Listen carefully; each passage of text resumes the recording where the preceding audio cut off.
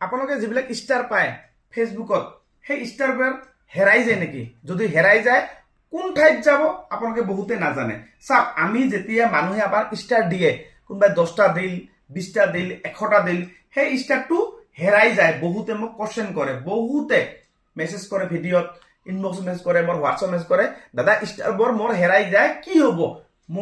মোৰ কিবা প্ৰব্লেম আছে নেকি? এইবিলাক চিন্তা কৰি থাকে। সেইবিলাক কোনো প্ৰব্লেম নহয়। এই ষ্টাৰবিলাক কনভাৰ্ট হৈ ডলাৰ্ছত যায়, মানে আমাৰ ফেচবুকত ডলাৰ্ছত গৈ জমা হয়। আৰু সেই ডলাৰবিলাকে কি কৰে, আমাৰ ইণ্ডিয়ান ৰুপিছত কনভাৰ্ট কৰে ডলাৰবিলাক। বুজি পাইছে কথা বুজিছা? আমি ষ্টাৰ যিবিলাক পাম সেইবিলাক হৈছে টকাৰ নিচিনা এটা। চাপোজ 10টা ষ্টাৰ মানে 10 টকা ধৰি লওক, অলপ কম হ'ব। 100টা ষ্টাৰ মানে 100 টকাই ধৰি লওক, 99 ৰুপিজ। এইবিলাক আমি ষ্টাৰ পাই কিনে আমাৰ ফেচবুকত জমা হয়। এইবিলাক মাইনাছ হ'ব, কিন্তু প্ৰত্যেক মাহে মাহে মাইনাছ হয়।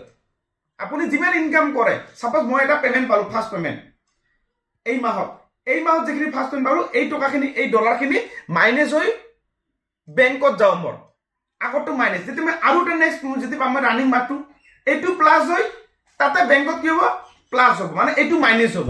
এনেকুৱা চিষ্টেম মানে। গতিকে এইবিলাক কোনো টেনশ্যন নকৰিব। কেতিয়া আপোনাৰ ডলাৰ যিমান যি থাকে সববিলাক ষ্টক থাকিব। সেইবিলাক যেতিয়া আপুনি বেংক স্বাপ কৰিব, সবখিনি টকা অট'মেটিক বেংকত সোমাই যাব। আৰু যিসকলে বেংক স্বাপ কৰিব পৰা নাই, মোৰ নাম্বাৰ যদি লাগে, মোৰ ফেচবুক চেনেলটো ছাবস্ক্ৰাইব কৰি মোৰ নাম্বাৰটো আপোনালোকে ল'ব পাৰে, ঠিক আছে? আৰু ভিডিঅ' যিমান পাৰে ইমান সকলে শ্বেয়াৰ কৰিব।